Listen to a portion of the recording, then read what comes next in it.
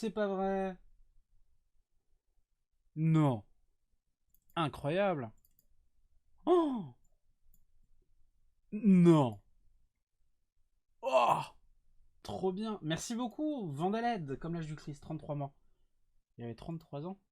Je croyais que tous les grands rockers étaient morts à 27 ans. Et le Christ, il est mort à 33. Bizarre, non? Il y a une arnaque. Balavoine et Bruce Lee, mais c'est pas des rockers. Je me suis dit le Christ non plus. Quoi qu'il a quand même une dégaine de rocker, hein. Mm. Le mec devait prendre un max de drogue. Un max.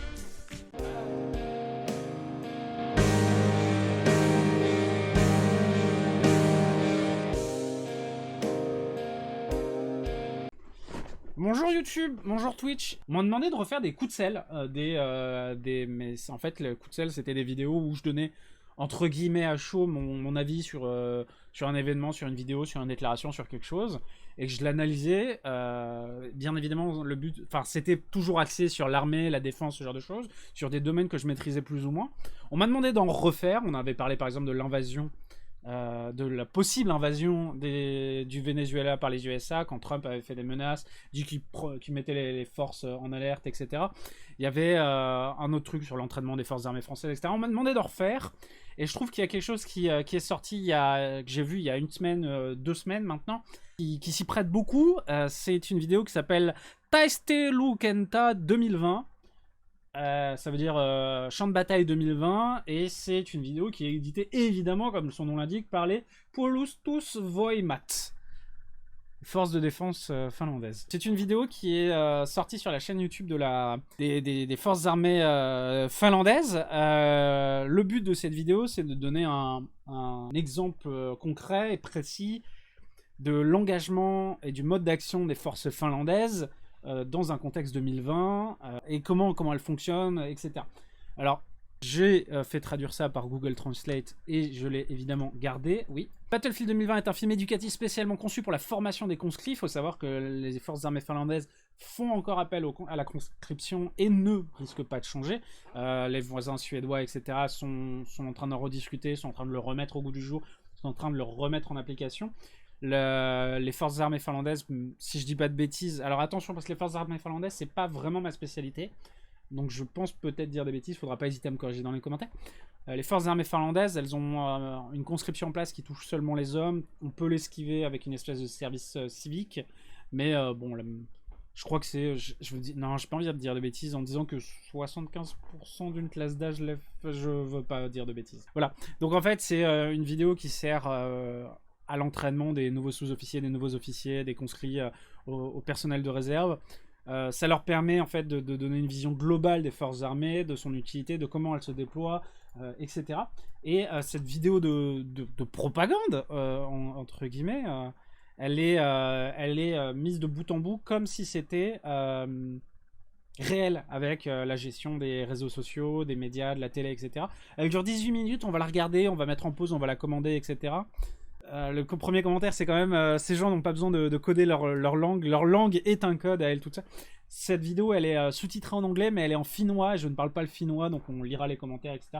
Je vous traduirai à, disons, la hauteur de mes compétences. N'hésitez pas à poser des questions dans le chat en même temps sur ce qu'on voit, sur comment ils font, pourquoi ils font ci, pourquoi ils font ça, comment ça se passe. Si je peux vous répondre, j'y répondrai. Leur armée, on va parler juste, on va faire l'état des lieux. L'armée de terre finnoise, c'est 3 brigades de projection rapide, 2 brigades de Jaeger. Il y a aussi 2 GTIA, des groupements tactiques interarmes qui sont mécanisés. Donc ça veut dire qu'il y a de la compagnie mécanisée, un peu d'artillerie, un peu de génie, etc. Ils ont plusieurs... Alors j'ai pas... je sais qu'ils ont des hélicoptères, je sais pas combien. Ils ont... Bah attendez, on a tout ça là, je l'ai gardé. Ils ont là, voilà, on l'a là. Je l'ai gardé. Alors, j'ai parlé des 2 brigades. Ah oui, mais alors attendez, je sais pas exactement comment c'est organisé du coup. Là, ils ont les écoles, l'académie. Là, ils ont les 3 brigades de projection, dont la brigade blindée. La Parolanumni. Ils ont la brigade Kareli et la brigade Kenyu. Et normalement, là, il y a une Jäger. Alors non, voilà, ok, c'est bon. Je sais, ça va. Là, il y a une brigade Jäger. Là, il y a une brigade Jäger. Donc, Jäger, ça veut dire chasseur, c'est de l'infanterie légère. Donc vous en avez une là, une là. Mais non, parce que là, il y a la... Non, ça c'est le régiment de la garde. Là, vous avez 2 brigades de projection. Et la troisième, elle est là. Et vous avez le régiment des forces spéciales qui s'appelle Special Jäger. Et les hélicoptères... Je sais pas où sont les hélicoptères. Ils sont pas là-dedans. Il faut aussi y compter... ça, c'est l'organisation en temps de paix de l'armée professionnelle. Il faut aussi compter que c'est une armée qui peut mobiliser son peuple. Elle peut mobiliser 6 brigades d'infanterie, 14 bataillons indépendants et 28 territorial force de la taille d'une compagnie. Voilà. Alors attention, faut pas se laisser avoir par le nom de brigade. C'est pas 3 régiments et ses appuis. Ça va être plusieurs bataillons et ses appuis. Par exemple, on va prendre la Karelia Brigade. C'est un bataillon mécanisé de chasseurs, un bataillon d'artillerie, un bataillon de défense antiaérienne, un bataillon d'ingénieurs, les appuis SIC et logistique, etc. Vous voyez, c'est plusieurs bataillons, plus que plusieurs régiments ensemble. L'armée de l'air, c'est 2 ou 3 escadrilles de chasseurs. Il y a, en termes d'avions, on va regarder, parce que j'ai pas envie de dire de bêtises. Je sais qu'ils ont des F-18, ça tout le monde le sait. Et ils ont rien d'autre, voilà, c'est vite plié. En avion de combat, ils ont rien d'autre. Ils utilisent des Hawks britanniques en avion d'entraînement. Ils ont du Casa, du Pilatus et du Learjet en transport. C'est pas énorme. Et il y a les forces, alors là, c'est vraiment pas mon domaine, il y a les forces navales finlandaises qui, elles, sont composées, si je dis pas de bêtises, de 5 ou 6, je sais pas comment on appelle ça, des mine layers en français. Des poseurs, des dragueurs de mines, et je dis complètement de la merde, il faudrait qu'on regarde. On va regarder, attendez. Alors, la flotte finlandaise. 4 et 4, donc 8 fast attack craft. C'est quoi un fast attack craft?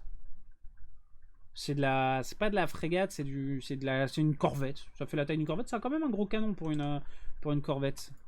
C'est un gros canon pour une corvette, non? Et c'est un canon de 57, donc non, c'est pas un si gros canon que ça, avec du missile, Ok, d'accord, ils l'ont tiré. Il y a aussi 4 Roma. Ouais, là c'est une toute petite... Ouais, d'accord. Donc on en a 4 et 4. Après on a 1, 2, 3 et 6 bateaux qui sont des mine layers ou des mine sweepers. Donc c'est poseurs de mines et dragueurs de mines. Ah oui, c'est vraiment... Ah oui, ça fait navire de débarquement, poseur de mines, ouais, d'accord. Ils ont une coastal force avec des missiles anti-navires, etc. Je connais pas bien la marine finnoise, et puis bon, c'est pas non plus le sujet principal de cette vidéo. Elle y figure, hein, évidemment, mais c'est pas le sujet principal. On va regarder cette vidéo. Alors, mes traductions seront plus qu'approximatives. Oh, cette langue de barbare. Alors, la Finlande se prépare à se défendre contre des crises différentes, des moyens, enfin des choses différentes. Les expériences récentes de crise dans notre voisinage, donc là il parle sûrement des incursions régulières des avions et des bateaux russes et de leurs sous-marins également. Ce monsieur est le colonel Reita Salo du commandement de la défense finlandaise. Les récentes expériences, les crises récentes de ses voisins ont profondément changé l'idée qu'ils faisaient de leur défense. Une attaque peut comment dire, elle peut commencer, elle peut prendre différentes formes. Là justement le scénario ça va être une attaque de basse intensité. Là ça commence en fait par une attaque cyber. La Russie c'est un pays qui est très très fort dans le cyber. La Russie est très intéressée d'ailleurs par le nord finlandais et enfin bon, voilà. Pas parler de ses prétentions géopolitiques parce que j'en suis pas expert, mais en tout cas la Russie a une forte force cyber. Elle a attaqué des Atabaltes une fois où elle a complètement mis en rade tout le système informatique du pays. Enfin voilà. Là, il parle de failure du système télécom, de défaillance du système télécom, les trains, le trafic, etc. qui est complètement en rade à cause c'est en rade. La sécurité sociale, qu'il y a des problèmes de télécommunication. Tout le monde a des problèmes de télécommunication. Ça vient évidemment d'une attaque cyber. Donc là on est au centre des opérations des forces de défense qui font leur briefing et leur retour chacun leur truc. On commence par l'armée. L'eau douce dans la région de Lappeenranta est contaminée. On pense que c'est du sabotage. Local Defense Company, c'est ceux dont je vous parlais avant, ce sont des conscrits qui sont mobilisés et qui prennent les armes. Le mec, il est plombier, il est appelé, s'il est mobilisé, il va prendre les armes. Et donc là, ils sont en train de mettre en place un point de distribution d'eau à la Perenta, donc Local Defense Company. Voilà. Alors visiblement, ils ont mis en rade une centrale nucléaire, ils l'ont éteinte pour éviter les problèmes. Ils ont des blackouts au niveau électricité qui rendent les choses un petit peu compliquées. Attention, un militaire continue de grimper en Baltique. Selon l'OTAN, les agressions... Ces agressions posent un problème pour le trafic maritime et aérien. Beaucoup de ces agressions... Alors, ce qu'ils appellent agressions, ce sont des provocations, sont volontaires. Là, ce qu'on voit, c'est un opérateur de centre air, de l'armée de l'air. Alors, c'est complètement figuré, hein, c'est une carte radar figurée. Il voit qu'il y a des avions civils à 23, 35 000 pieds, 30 000 pieds. Là, il y en a un 2000 pieds. 3 000 pieds, ça fait 1000 mètres, hein, pour vous faire une idée.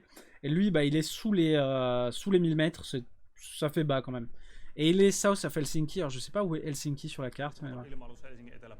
En tout cas, il décide... Ah oui, bah, c'était le mec qui était sous les 1000 mètres. Il décide d'envoyer 2 F-18 en interception, en police de l'air, pour voir un petit peu ce que c'est. Mais il était identifié comme civil, ça veut dire que son transpondeur était civil. Il existe il reste encore beaucoup de pays en Europe qui utilisent la conscription. Il me semble que... les pays scandinaves l'ont ou veulent la remettre en place. Donc voilà. Alors, là on a une vraie conscription en Finlande. Suède et Norvège, la conscription est en place, mais elle ne prend que 20% d'une classe d'âge. La Suisse, évidemment. L'Autriche, je savais pas du tout qu'il y avait une vraie conscription en France. La Pologne, j'ai dit des conneries. L'État balte, c'est en place. Je sais qu'en Suède, ils veulent le remettre, le remonter bien fort. Tiens, l'Ukraine, l'a enlevé. C'est la... J'ai pas envie de dire de bêtises sur ce pays. C'est la Moldavie. Alors, je confonds toujours avec la Transnistrie. Voilà, donc vous savez. Alors, il y a eu 5 airspace violations.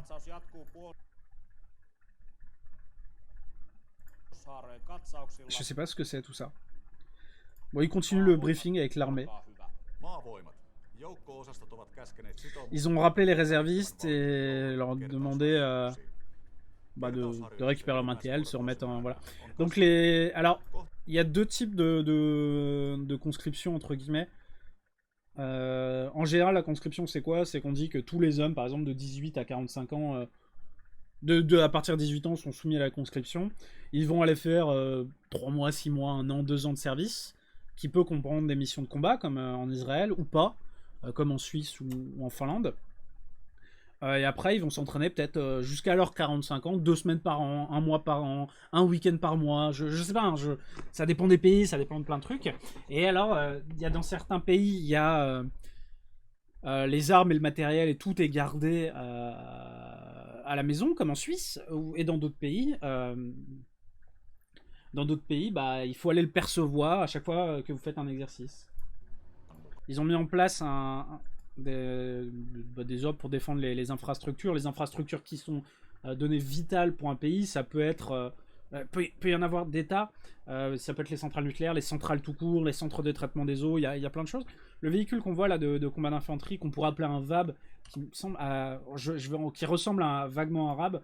Un VAB, c'est un véhicule qui est purement finlandais, et je connais pas son nom, donc on va le regarder ensemble.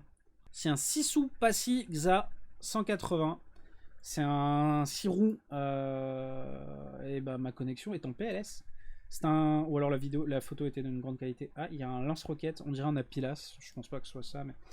C'est un 6 roues finlandais, une modernisation 2014-2020. La mitrailleuse qui est au milieu, je sais pas exactement quel modèle c'était, mais on peut regarder. Ça doit être une ITK, qui est en fait une douchka... Ah non, pas du tout, c'est une NSV. Ah d'accord, ok. C'est le remplaçant de la douchka, je pense que c'est ça qu'on voit sur le véhicule.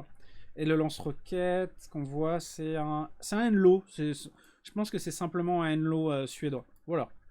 Ils sont en train de construire des fortifications avec leurs partenaires civils. Fin du briefing de l'armée. Il y a un sous-marin qui est détecté à Porvoo. Ils sont en train de... Ils ont demandé à leur force de mener des actions anti-sous-marines et à leur force de mine de miner les détroits. C'est un pays qui se défend assez facilement au niveau du naval. On en fera, mine, pourquoi pas, quand l'actualité s'y prête. Ils continuent des exercices combinés avec la Suède en mer Baltique. Des opérations... Alors, la Finlande, c'est un pays qui est très intéressant parce qu'elle a très peu de bases aériennes. Et donc, qu'est-ce qu'elle fait? Elle fait comme la Suisse. Quand une attaque...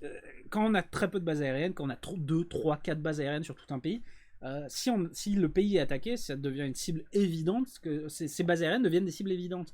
Il est très facile de se dire, il faut se détruire cette base, ça y est, on a défoncé l'armée de l'air du pays, on a le contrôle de l'espace aérien. Alors du coup, la Finlande a mis en place une doctrine dont je tairai le nom, parce que je veux pas écorcher plus que ça le finlandais, où ils déploient tout simplement en fait, leurs avions sur des autoroutes, sur des routes. Je crois que la Suisse fait ça, la Suède fait ça. Donc ils répartissent dans tout le pays sur les autoroutes leurs avions, comme ça bah, on peut pas frapper précisément. Là on le voit sur une autoroute, on peut jamais frapper précisément les forces aériennes. Ils ont retrouvé le sous-marin, ils sont en train de lui envoyer des avertissements avec des charges, depth charge en français, des charges profondeur. Alors là on va... Bon, on fera peut-être un arrêt sur image sur le fantassin finlandais un peu plus tard. Mais leur matériel est très intéressant. Léopard, char Léopard 2 à 4. Chars allemands, qui n'ont pas décidé de moderniser au statut A7, mais qui est, à ma foi, très intéressant. Rappel des réservistes. La situation n'est pas courante. Est-ce que vous y voyez une menace? La situation est menaçante. Il y a une opération de forte influence qui a lieu contre la Finlande. Alors, quand il parle de... Là, il parle de militaire et non militaire. Quand vous attaquez les centrales... nucléaire d'un pays, le traitement des eaux, etc. C'est pas militaire, mais en même temps, ça... Je cherche... En fait, j'ai les mots en anglais, mais pas en français, et ça m'énerve. Et je veux pas faire le bilingue, hein, mais c'est juste que j'ai aucun vocabulaire français, parce que je lis très peu en français. Quand il parle de non-militaire, en fait, quand vous attaquez une centrale, un centre de traitement des eaux, des autoroutes, etc., vous mettez quand même à mal la défense d'un pays, parce que vous mettez à mal son organisation, son économie. Quand... les gens n'ont plus d'électricité, comment vous les mobilisez, comment vous gardez le calme, etc.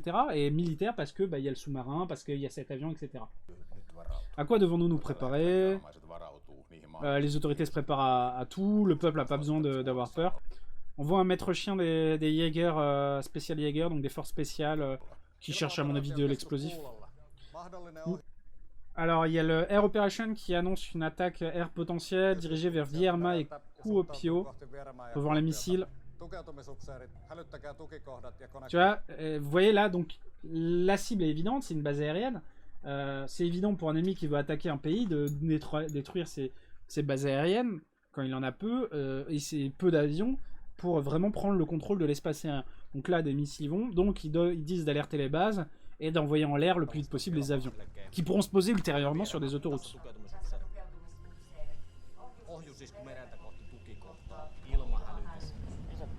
Bon alors là c'est pas une autoroute en fait, c'est vraiment une piste visiblement. Non c'est une autoroute. Non c'est complètement une autoroute. Ouais, on voit bien que ça tourne là à gauche, c'est complètement une autoroute.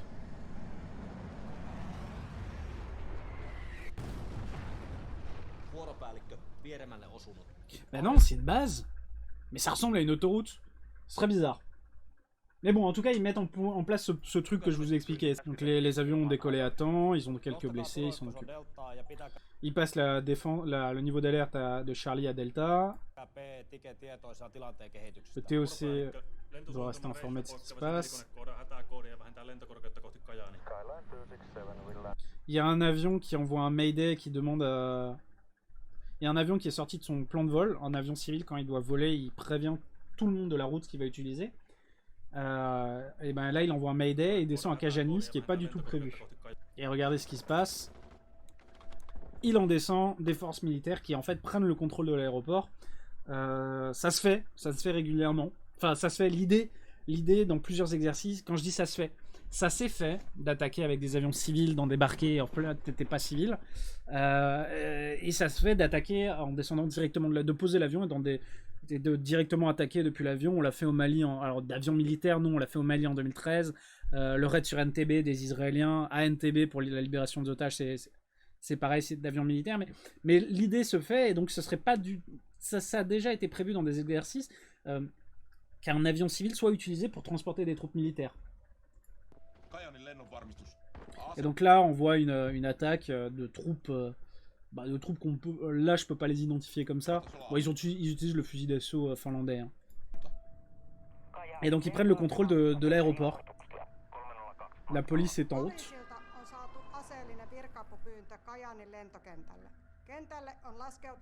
Un groupe armé s'est posé à l'aéroport, ils sont tirés. Vous voyez, ça, c'est du conflit de basse intensité. Vous envoyez juste un groupe de forces spéciales foutre le bordel.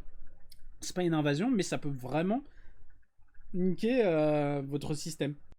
Ils envoient un détachement de cadres, je sais pas ce qu'ils veulent dire par cadre readiness detachment, et des conscrits de la brigade Cagno. Donc en fait, ce sont des conscrits qui vont récupérer leur matériel, leurs armes, etc. et qui vont au combat. Et les Special Jaeger du UOT, donc c'est le régiment dont je vous ai parlé avant, qui est le régiment des forces spéciales. Et là derrière, on peut voir un hélicoptère NH90, qui est un projet multinational, dont on en a en France, les Finlandais en ont. Je sais pas comment il s'appelle chez eux, mais voilà, ça sert. Ça peut transporter les forces spéciales de manière plutôt bien. Donc ça, c'est en fait c'est l'unité d'alerte, c'est l'équivalent du Guépard chez nous, j'imagine, de la Cagno Brigade, qui veut faire une reconnaissance de l'aéroport et donc de lancer un drone le plus vite possible. Je sais pas quel est le modèle de ce drone, mais l'utilisation du drone en renseignement tactique, c'est super important. Ça doit être ça. C'est un orbiteur. Je connais pas. Je sais pas quoi vous en dire. C'est un petit drone tactique, visiblement. Je le connais pas du tout. En tout cas, il se lance sur une toute petite rampe.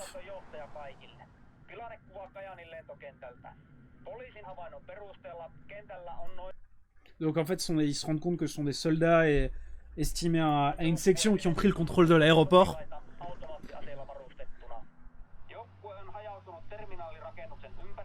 Donc ils envoient des troupes évidemment pour reprendre le contrôle. Ils ont du minigun qui est installé sur le NH90. Ça permet de donner des appuis qui sont excellents. On voit que le mec des forces spéciales utilise... Alors au niveau du matos, on le décrira un petit peu plus tard. Il a un SCAR. Je sais pas si c'est un L ou un H. C'est une arme belge très très sympathique. Casque type... Ah putain, j'ai le nom en russe et j'ai plus le nom en français. C'est un Fast. Oui, c'est juste un Fast Helmet. Obscore, putain, je cherchais le nom de la marque. C'est un casque type Obscore, je sais pas si c'en est un. Casque audio, etc. Donc là, on peut voir une petite MS... Bon, on voit mieux le casque audio là et le casque. Là, on peut voir une MS2000. Un MS2000, je sais même pas si c'est masculin ou féminin. C'est une lampe qui peut être stroboscopique ou à lumière réelle et qui permet de signaler sa position aux appareils en vol. Le commandement de l'opération, il était à la police, et puis quand il s'est rendu compte que l'ennemi était militaire, il est transféré aux forces de défense. Il y a une vraie... Salut Natsu. Il y a une vraie symbiose entre les forces de défense finlandaises et la police. Et c'est toujours plus facile d'avoir cette symbiose quand vous avez des conscrits. Là donc il y a le commandement qui est arrivé pour prendre le contrôle de la situation avec les unités de police. Les forces spéciales sont en route. Il y a une batterie de tir d'artillerie qui se met en place. Et les drones sont en train de faire le renseignement. Ils vont faire un cordon autour de l'aéroport. Ils font un cordon autour de l'aéroport pour empêcher que la section, ce qui est sur place, en sorte, se barre. Et en même temps, empêcher l'arrivée de renforts, etc. Les forces spéciales arrivent.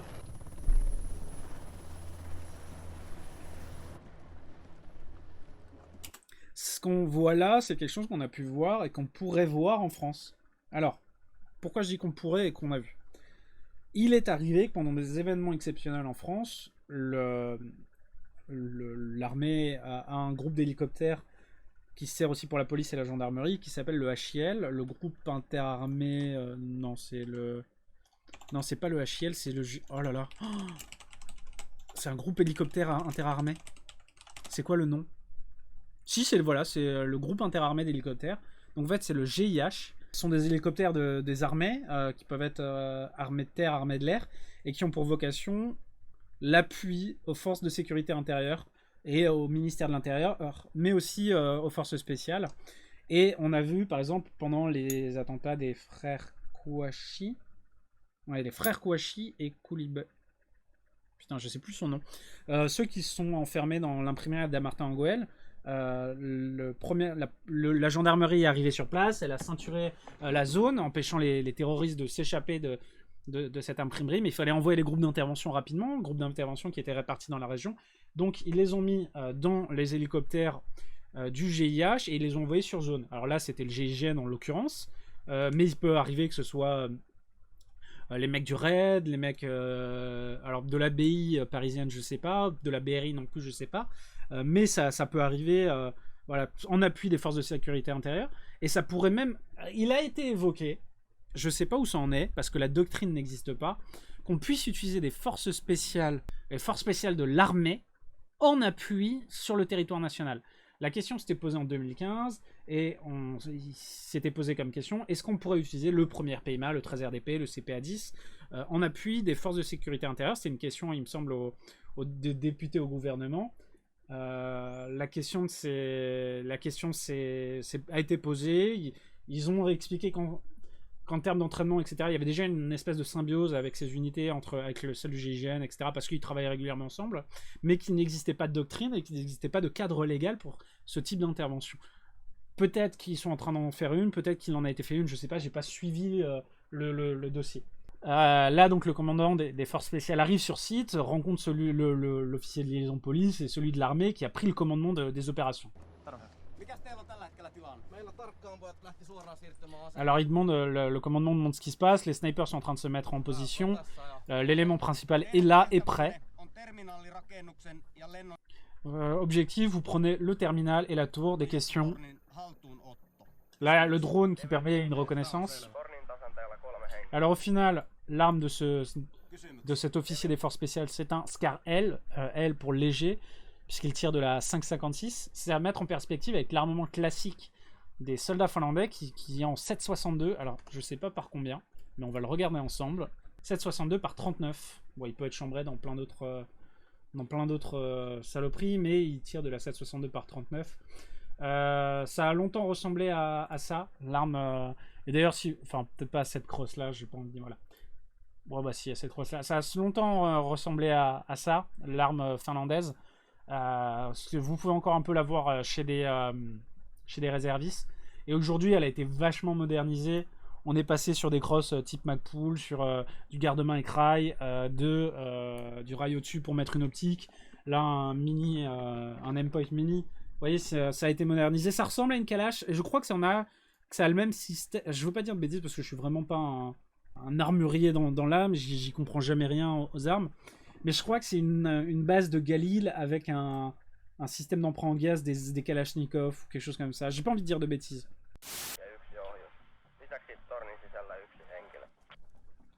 On voit un soldat méchant, on va les appeler les méchants. Avec du Henlo, on peut y mettre un lance-grenade, je ne sais pas. On voit des méchants avec du Henlo, etc. Devil 2, ça doit être les snipers, ils sont prêts. Ils lancent l'attaque. Ah non. Ah, ils vont faire un flyby. Alors c'est quoi un flyby? Bah, c'est une diversion. Ce qu'on vient de voir, l'avion qui vole très bas et ça fait beaucoup de bruit, ça fait peur, on a le bruit, c'est assourdissant, etc. En fonction de la vitesse à laquelle il passe, ça peut même vous faire très mal aux oreilles s'il est à Mach quelque chose. Et ça fait une bonne diversion. Là, il y a un autre char qui arrive en diversion, Léopard 2 A4. Les snipers font un tir coordonné, éliminent. Ah non, bah pas du tout coordonné, mais bon. Ils éliminent les cibles. Force spéciale qui avance. Elle bouge bien. Équipement des forces spéciales, on voit que tout le monde est déjà en silencieux. On voit du Scar. Ouais, ça c'est un Scar aussi. Avec visiblement un endpoint et un Neotech. Ou un Neotech x3 et un... Enfin un x3 qui pourrait être EOTech avec un EOTech à l'avant ou un endpoint, etc. Enfin... Ah, j'arrive pas à avoir une... Les pistolets, ça pourrait être du Glock, ça pourrait être du Walter P80... Je sais jamais combien c'est. P99, j'allais dire P90, mais en même temps, voilà. Je suis influencé par le submachine gun. Je pense que c'est plutôt du Glock. Ou ça pourrait être du P90, je sais pas. P99, du coup, pas P90. Ils ont fait ce qu'on appelle une effraction chaude, donc ils font sauter la porte. Deux types d'effraction, froide ou chaude. Donc chaude, utilisation d'explosifs, utilisation de pyrotechnie. Froide, utilisation d'un simple levier, d'un bélier, ce genre de choses. Là, on peut voir qu'il a un outil d'entrée froide, d'effraction froide, puisqu'il a une masse qui peut servir à ouvrir des portes, à faire sauter des cadenas, etc. Hop là, ça rentre. Tout de suite, contact, réaction. Il y a un méchant avec une calache. Vous avez vu comme l'angle, il faut être très rapide sur sa réaction. Hop là. Cible neutralisée. Oh, très très joli mouvement. De celui qui va être à gauche là. Vous avez regardé à gauche. Je sais pas ce que veut dire cette chose là. Ah, la masse. Regardez. Hop là. Ah oui, ils bougent bien les mecs. Ils bougent très très bien. Ils rentrent, ils sont en train de sécuriser le terminal. Ils sont tous en scar. Là, il y a un méchant. Et on n'a plus de sous-titres. Hop là, neutralisé.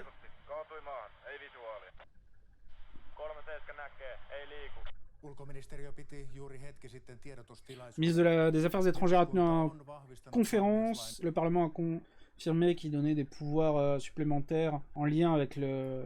Comment on appelle ça? Un acte, un décret d'emergency d'urgence nationale.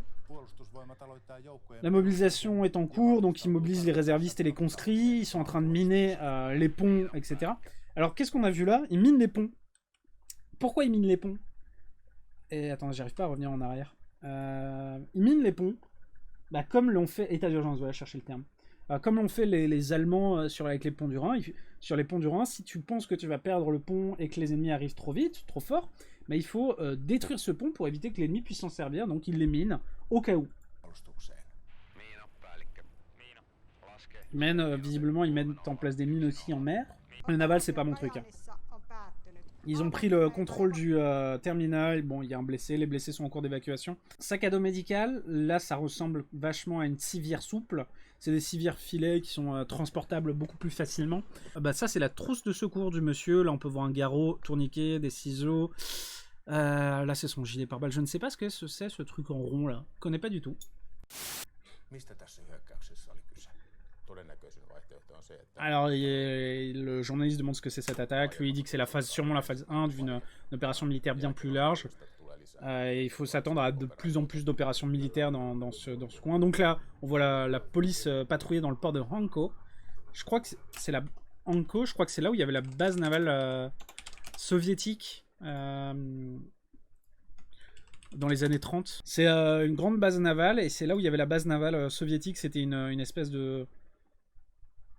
En gros, quand ils ont gagné, il me semble, si je dis pas de bêtises, que quand ils ont gagné la guerre de 1940, la guerre d'hiver, ils ont demandé la base, ou alors ils l'avaient déjà, le contrôle de la base navale de Hanko. Je sais pas s'ils l'avaient déjà ou s'ils l'ont demandé à ce moment-là. Je sais plus exactement comment ça se passe, mais en gros, ça permet le contrôle de la péninsule. Faut se dire qu'à l'époque, les soviétiques, ils avaient l'Estonie, de la péninsule, du Golfe, pardon. Ça permet le contrôle du Golfe. Si vous avez les deux côtés, vous mettez des gros canons de chaque côté, votre port de Saint-Pétersbourg, il est préservé, quoi. Qui était le port d'attache de la flotte de la Baltique. Donc c'est un gros port. Là, on est au QG de la compagnie locale de défense, donc la compagnie de réservistes, etc. Ouais, voilà, c'est ça. C'est bien cédé aux soviétiques à la guerre d'hiver. Les deux policiers se sont fait abattre, visiblement par du terroriste. Enfin, par des attaquants, on sait pas ce que c'est. Donc et il y a un port il y a un bateau qui s'est déposé, qui a déposé des véhicules méchants dans le port. Ça aussi, c'est un scénario qui a été jugé crédible. Et d'ailleurs, c'est un scénario qu'on peut retrouver dans l'utilisation de bateaux civils pour déposer des troupes discrètement.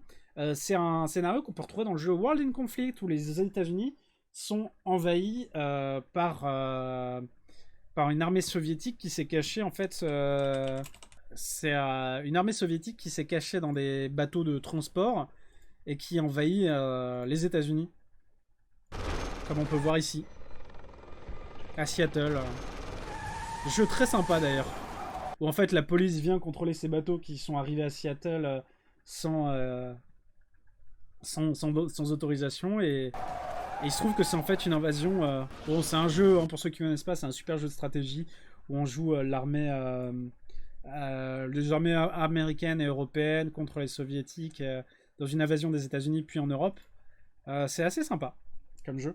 Là, on voit du BMP2. Alors, pourquoi c'est du BMP2? C'est pas pour figurer que l'ennemi, c'est du russe. Ils auraient pas loué des véhicules juste pour ça. Les BMP2 sont en fait des véhicules qui sont utilisés, comme je l'ai dit au début de la vidéo, par les soviétiques, par les finlandais de manière courante, puisque comme je l'ai dit, c'est le meilleur des deux mondes. Leurs IFV sont des BMP2. Voilà. Il y en a d'autres. Il y a des FV90 suédois, etc. Mais ils utilisent des BMP2.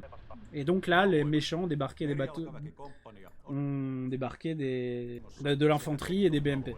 Ils envoient le battle group pourri, une compagnie mécanisée, et la brigade blindée, et un bataillon de Jäger, du Guard Jäger Regiment, sur zone. Alors là, on peut voir la mitrailleuse dont on a parlé avant. Sur les Sissu, les VAB finlandais dont on a parlé avant, en 3 fois, en 6-6. On peut voir que le matos c'est pas du tout pareil entre le matos qu'on a chez ces gens-là, chez ces soldats-là qui sont des réservistes mobilisés. On a du gilet qui est beaucoup plus ancien en termes de... Puis on a une frag en dessous, un gilet par-dessus. Là vous voyez les éléments frag sur l'épaule, vous le voyez juste ici. Le gilet qui est par-dessus avec des élastiques, etc. Qui est très différent du gilet qu'on a trouvé chez les soldats professionnels, qu'on voit ici. Qui est beaucoup plus moderne, qui est beaucoup plus proche de ce qu'ont les forces spéciales d'ailleurs. Donc là, il demande à la population d'Anko de s'enfuir. Pendant que l'armée arrive évidemment pour prendre le truc. Les Coastal Jaegers, alors qu'est-ce que c'est les Jaegers? Ce sont les chasseurs. Coastal, les côtes. Ils embarquent pour aller attaquer, reprendre le port de Anko. Très intéressant, encore une fois, le meilleur des deux mondes. On voit une mitrailleuse PKP, PKM. PKP, je suis sûr que c'est PKP. PKM. Évidemment, c'était une PKM. On voit une mitrailleuse PKM avec un ACOG américain, qui est la version... J'ai pas envie de dire de bêtises, mais pareil sur leur RK ici. Alors là, on voit une version un peu moins moderne de celle qu'on avait avant, parce qu'il n'y a pas de rail, ou en tout cas, il n'est pas visible sur la poignée garde-main, mais il y a un rail au-dessus pour pouvoir mettre... même chose un ACOG. Vous avez ces crosses qui ressemblent à des crosses Magpul. Donc c'est quand même de l'armement modernisé qui est purement finnois, avec une mitrailleuse qui est soviétique mais avec des optiques américaines. C'est très intéressant ce meilleur des deux mondes. Là on en voit une autre, et puis là on voit des... Ouais, bon, et ils ont embarqué dans ces bateaux, ces Jaeger. C'est de l'infanterie légère, les Jaeger, dans le sens où ils n'ont pas de blindés, etc. Mais c'est... Comment expliquer ça? C'est pas de l'infanterie mécanisée, c'est pas de... On n'a pas d'équivalent en France. C'est une infanterie c'est de l'infanterie légère, qui est apte à faire des missions un petit peu commando, mais sans être des commandos, sans être des forces spéciales. C'est pour l'emploi... par exemple, si l'équivalent, ce serait nos chasseurs alpins, ce serait nos... Le but, c'est d'avoir une infanterie qui est apte au milieu difficile. Et là, visiblement, c'est un débarquement dans le port d'Anko pour récupérer le port. Ça montre quand même l'escalade sur d'un engagement qui est d'abord non conventionnel, avec du piratage de l'infrastructure du pays, la dépose de forces spéciales, puis qui passe sur un niveau conventionnel, avec les BMP2 qui débarquent. Très intéressant ce canon, je ne connais pas du tout. Avec les BMP2 qui débarquent, avec des parachutistes, etc. Je sais pas du tout ce que c'est cette artillerie, puisque là... Attendez, on va juste faire du image par image. Je connais pas. C'est deux canons carrés comme ça, c'est très marrant. On va regarder ce que c'est. C'est un... comment ça s'appelle? KRHPSAJON-XA361 Amos. On va l'appeler l'Amos. Qui est un... Ah, c'est un... D'accord, c'est un châssis Patria. Le Patria, c'est un genre de VBCI, français. Mais là, c'est bon, enfin, c'est finlandais. 8-8. Et du coup, sur la tourelle, au lieu d'avoir une tourelle combat d'infanterie, c'est une tourelle type mortier. Donc, deux canons, visiblement. 3 personnels à l'intérieur. Et du coup, c'est sur châssis Patria. Patria qui est une société finlandaise qui fait le AMV, qui est ce châssis-là qu'on peut voir. Donc, il faut l'avoir en version genre comme un Striker avec juste une tourelle de 12-7. Vous pouvez l'avoir avec la version mortier. Il faut l'avoir avec une tourelle combat d'infanterie. Je crois que c'est même ce véhicule-là qui est repris dans Arma 3 pour faire le véhicule combat d'infanterie. Ça, c'est la version polonaise en Afghanistan. Ouais. Vous pouvez le prendre, vous l'avez dans plein de la version croate. Et regardez-moi ces beaux fusils. On pourrait croire que c'est un FAMAS, c'est en fait un VHS croate qui a concouru au remplacement, pas celui-là, mais sa version modernisée, qui ont concouru au remplacement du FAMAS. L'infanterie est en approche. Pour reprendre le port d'Anko, du coup. BMP2 ennemis. Ça ressemble pas du tout à ça, hein, ce qu'il voit dans son ACOG, le soldat. Là, tir de Enlo qui est un lance-missile, lance-roquette, qui est un lance-roquette suédois, qu'on peut retrouver dans Arma d'ailleurs. Là, l'arme, la RK, comme on en parlait.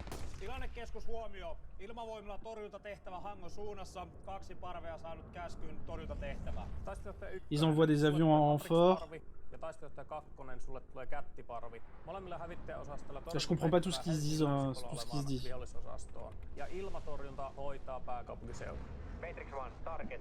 Mais en gros, ils ont envoyé des F-18. Visiblement, ils ont des contacts aériens, des méchants. Ah oui, d'accord. Donc ils ont envoyé 4 appareils qui volent à 35 000 pieds, un petit peu plus haut d'eux, 36 000 et 39 000 pieds. On a des 4 appareils ennemis qui arrivent, 6 appareils ennemis qui approchent. Je sais pas ce que c'était les A. En tout cas, il y a 4 fighters. Ils vont faire du combat, ce qu'on appelle BVR, Beyond Visual Range. Ils vont tirer alors qu'ils ne voient pas l'ennemi, c'est leur radar qui le voit. Enfin, c'est ce qu'ils vont sûrement faire. Mais ils n'ont pas de missiles pour ça. Donc si c'est bien du combat BVR, vous voyez qu'il part en plus vers le haut, la cible était plus haut. Okay, ils en ont abattu 2. Ils break. Vous voyez qu'à Anko, il y a visiblement un platoon de force spéciale, un platoon d'infanterie de une compagnie d'infanterie de marine et une compagnie de force spéciale. Qu'est-ce qu'ils envoient? Ils envoient un bataillon d'infanterie légère, un bataillon K, je pense que ça doit être du réserviste, un bataillon d'infanterie de marine et un bataillon mécanisé. Léopard. C'est des A4? Mais non, c'est des A6 ça. Petite vérification en cours. C'est du Léopard. Ouais, c'est voilà, c'est du 2A6. Le 2A4 il est plat à l'avant et le 2A6 a cette courbure ici. Avec un truc pour enlever les mines. On voit la Mag 58 sur le dessus du char. Ah, il prend une mine, il doit être déchenillé. Un MTLB qui arrive. Véhicule soviétique encore une fois, ils en ont en grand nombre, presque 400. Ceux de l'infanterie, c'est pour l'infanterie mécanisée, d'ailleurs l'infanterie qu'on peut voir là. Guépard, Guépard en véhicule anti-aérien, qu'on peut retrouver chez les Allemands et... J'ai pas envie de dire bêtises, mais moi il me semble qu'on a la même chose. Ah, ils sont pas dans leur... Voilà. C'est une version... Eh ben, pourquoi j'appelle ça un Guépard? Parce que je suis un inculte. Parce que je confonds avec le Flak Panzer... Ah, parce que ça ressemble en fait au Flak Panzer Guépard. Oui, c'est pour ça. Le Flak Panzer Guépard, c'est quoi? C'est 2 canons de 35 de chez Oerlikon sur un châssis de Léopard 1. Les forces finlandaises, c'est 2 35 mm Oerlikon sur un châssis de Léopard 2. Oui, donc voilà, c'est à peu près le même délire. C'est à peu près le même délire. Et donc ça s'appelle pas du tout un Guépard, ça s'appelle un Marksman. Et c'est britannique. Enfin, c'est une tourelle britannique. Ça sert à battre des hélicoptères, notamment, comme on peut le voir là. Là, le char a déminé, il a fait une percée. Ils sont en train d'évacuer le blessé du premier char. C'est pas parce qu'une mine détruit par un char qu'il fait pas de blessé à l'intérieur.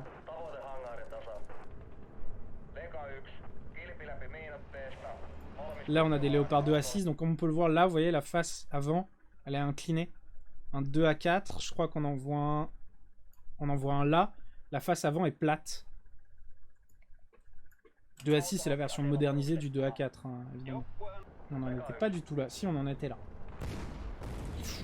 Ah bah d'accord, j'avais même pas fait gaffe. Mais il y a du char soviétique Ça fait très T-55. Je sais pas du tout ce que c'est, ce char.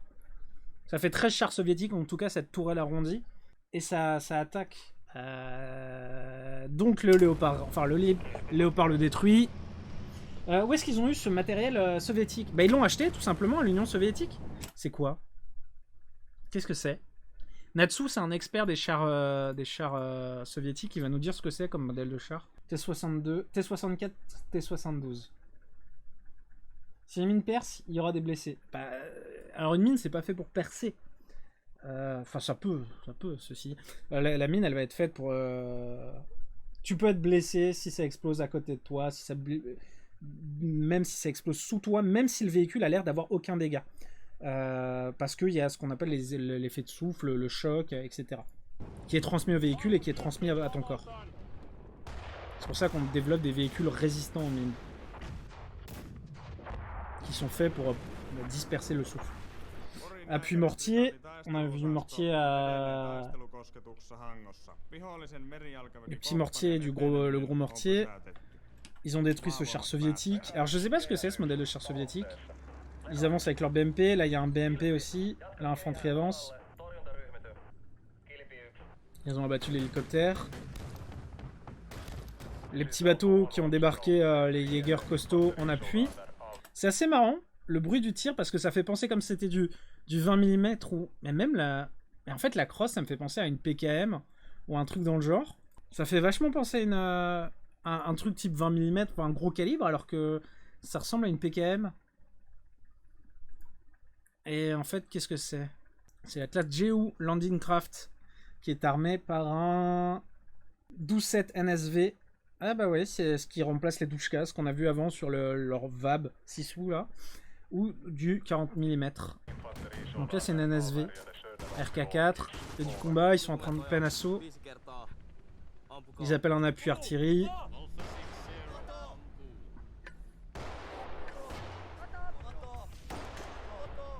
Otto! Cette langue de barbare.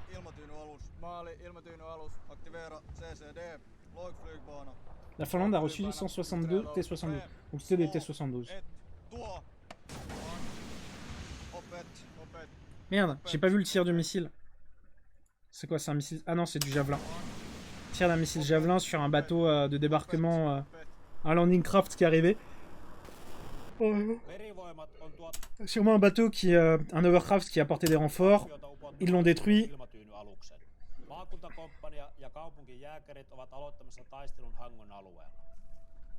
Compagnie de Jaeger et une compagnie locale de réservistes sont en train de reprendre le truc. Et là, ce qu'on est en train de voir, c'est les Guard Jaeger, visiblement.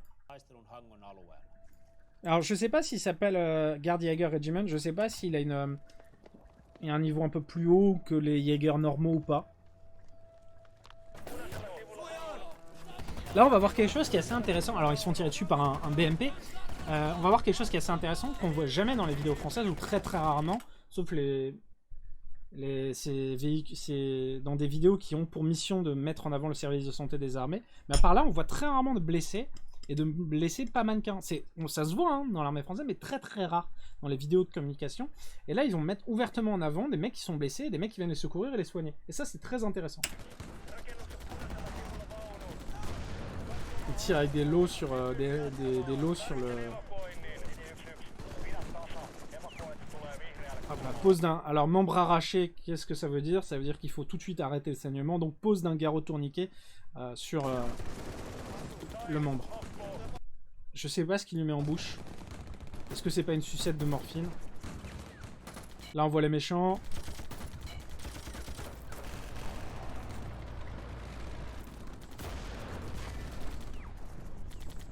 Destruction des BMP avec les Jaeger. Visiblement, les Jaeger bougent comme des forces d'infanterie classiques. Ils sont en train de prendre une contre-attaque de BMP. Ah, mais il va... Ah! Bah non, les BMP sont arrêtés. Bah, tous détruits au lot, précisément. Alors, qu'est-ce que c'est un lot? Parce qu'on le voit depuis la guerre du Vietnam. Je pense que c'est une version moderne. Est-ce qu'on voit que c'est une version modernisée de ça? En tout cas, ça y ressemble beaucoup. C'est un lance-roquette à un coup, Light Anti-Tank Weapon, LAW. Est-ce qu'il en existe une version moderne? Je ne sais pas. On va le découvrir. Finlande. Bon, visiblement, il en existe une version moderne. Puisque, en tout cas, ça a l'air d'être ça. Oui, bon, c'est ça qu'on est en train de voir, en fait, tout simplement. Donc, lance-roquette, un coup, ça ne se recharge pas. Ça pèse, en général, en moyenne, 3 kg. Ça tire un coup, tu jettes le tube, t'as pas à le porter. Déjà, c'est pas lourd. Alors, la masse de 2,5 kg à 3,6 kg, c'est vraiment pas lourd par rapport à l'efficacité en T-Shark. C'est du 60 mm. Hit, si je dis pas de bêtises, on va vérifier. Et ben, je ne sais pas. Il me semble que ça tire un obus hit, mais... Enfin, pas un obus, mais une rocket hit, mais je sais pas. Ah, on a vu une femme. Bon, ils sont en train de reprendre le truc, petit moment épique où ils prennent quand même une branlée, mais... Soit l'artillerie... Ah, vous voyez? En fait, là, le but, c'est de mettre en avant les réservistes. C'est inspiré du Panzerfaust. C'est pas inspiré. C'est un lance-roquette à coup unique. Alors, tu en as plusieurs types. Tu as ça, tu as l'AT4. Le principe, oui, est proche du Panzerfaust, mais ça a un peu plus de portée. Là, le but, c'est de montrer que les réservistes se battent courageusement et défendent le territoire national. Ils sont importants et ça montre pourquoi il faut s'engager dans la réserve. À mon avis, ce clip, hein, le but de ce clip. Là, il montre qu'ils sont défendus courageusement. Le truc.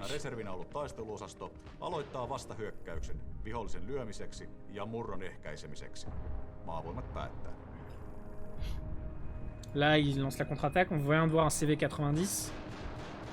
C'est l'équivalent d'un BMP, mais version suédois, un peu plus moderne. Ça fait très mal. L'infanterie qui débarque. Merci beaucoup, Matt, pour ce mois de sub offert à Rendiska. CV90.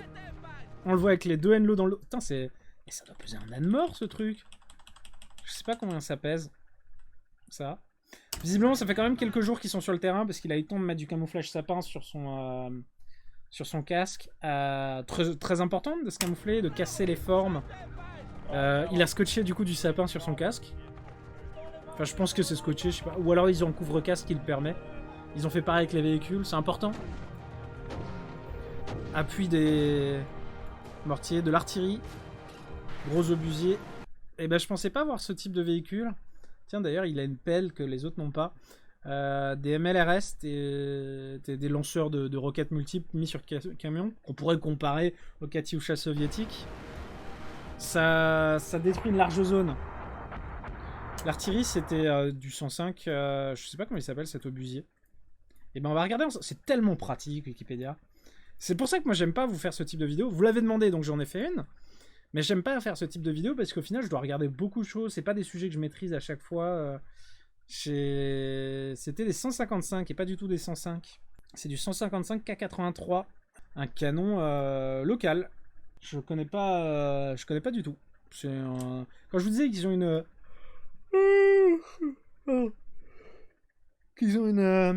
une production d'armes locales qui est super intéressante, c'est que là on voit des canons de 55 et sa version un peu plus ancienne finlandais qui côtoient des canons soviétiques qui vont côtoyer là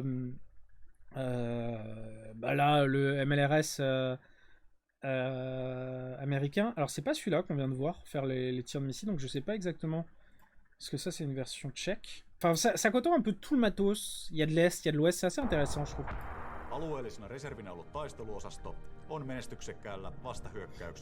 Et le groupe de combat de réserve a visiblement réussi à détruire l'ennemi. C'est très intéressant de voir ce genre de vidéo. Cette vidéo, c'est un exemple de comment la Finlande pourrait être attirée, engagée dans une guerre, et comment elle s'y prépare. Faut imaginer que c'est un film qui est à destination des soldats pour découvrir les forces armées et l'entièreté des forces armées finlandaises. Voilà. Nous sommes préparés au pire. Et voilà. Et là, on montre que la Finlande, c'est beau. Je trouve cette vidéo super intéressante de montrer comment... Et je crois qu'on n'a pas ça dans l'armée française. On n'a pas de vidéo qui montre comment l'armée française réagirait en cas de guerre, en cas d'attaque. Et en tout cas, moi, alors, ce dont je vais vous parler, ça fait 10 ans. Elle date de quand la vidéo? Elle est sortie il y a 2 semaines. Elle est sortie il y a 2 semaines. Et la dernière vidéo qui a été faite, c'était en 98. Donc, tu as la... C'est ça. C'est la version 80... Il y a une version 1998 qu'on a regardé juste avant. Qui est, ma foi... Alors, je vais essayer de la trouver. Quand je me suis engagé, il y a 10 ans, il y avait une vidéo. Ah, elle est là. On avait une vidéo à peu près du même genre, qui présentait les différentes armes. C'est du Ligne de Front Production et la DRHAT, qui présentait comment l'armée ferait à peu près la même chose. Alors, si moi je l'ai vu il y a 10 ans, c'est que cette vidéo autant en avoir 15 ou 20. Non, peut-être pas 15 parce qu'il y a quand même des PVP. Et comment peut y avoir un VBCI dans cette vidéo? La vidéo a 10 ans. Ah, parce que ça fait déjà 10 ans qu'on a le VBCI. Oh là là. Première PIMA. Folio. Et alors, c'est pas exactement... En gros, ça explique les différentes... je me rappelle juste... C'est ridicule. C'est sexiste, c'est un faux journaliste, c'est horrible. C'est abominable cette vidéo. J'espère qu'il la passe plus parce qu'à l'époque il a passé dans les centres de recrutement. Eh bien l'armée de terre c'est ça. Alors si ça vous tente, sachez qu'elle recrute chaque année 15 000 jeunes. Mais l'armée de terre c'est vaste, c'est à elle seule plus de 400. J'ai envie d'éclater de rire. Pour connaître votre affectation, pour choisir votre voie, bref pour vous aider à vous y retrouver, j'ai mené l'enquête. Donc il passait ça dans les centres de recrutement il y a 10 ans. C'était censé vous aider à choisir si vous vouliez plutôt aller dans un truc de mêlée, enfin de comprendre ce qu'était un régiment d'artillerie, d'infanterie, du train, etc. Alors, l'armée de terre, comment ça marche? Et donc ils vont montrer en fait les différents types de régiments. J'ai choisi de vous en... Bravo parti. Et alors, c'est là qu'on voit que c'est vieux. Parce que le sous-officier... Pardon. Le sous-officier, le chef de groupe, ou je sais pas, ou le chef de section, n'a qu'un pistolet. Il n'a pas de FAMAS. Regardez. Il a un Mac 50 dans les mains. C'est un chef de groupe. Regardez, il n'a qu'un pistolet. Du dynamisme en permanence, ok, de la sûreté et du commandement au geste. Ouais, c'est un chef de groupe. Et donc c'était il y a 10 ans, donc la vidéo doit avoir 10 ou 11 ans, enfin la production de la vidéo. Et voilà, c'est à peu près ce que je trouve qu'on a de plus proche dans l'armée française, qui résume toutes nos composantes. Voilà, merci YouTube d'avoir suivi cette vidéo. Je sais pas si c'était très intéressant pour vous. On m'a demandé de refaire des coups de sel. J'ai vu cette vidéo, ma foi, sur l'armée finlandaise que j'avais trouvé très intéressante il y a 2 semaines. J'y ai repensé là, en fait, en lançant un live. Je voulais jouer à Hearst of Iron. J'y ai repensé, donc je me suis dit j'allais vous la passer et la commenter. Je sais pas si mes commentaires étaient intéressants. Ma foi, merci YouTube d'avoir suivi ça. On se retrouve... bientôt pour de nouvelles aventures. Ciao ciao.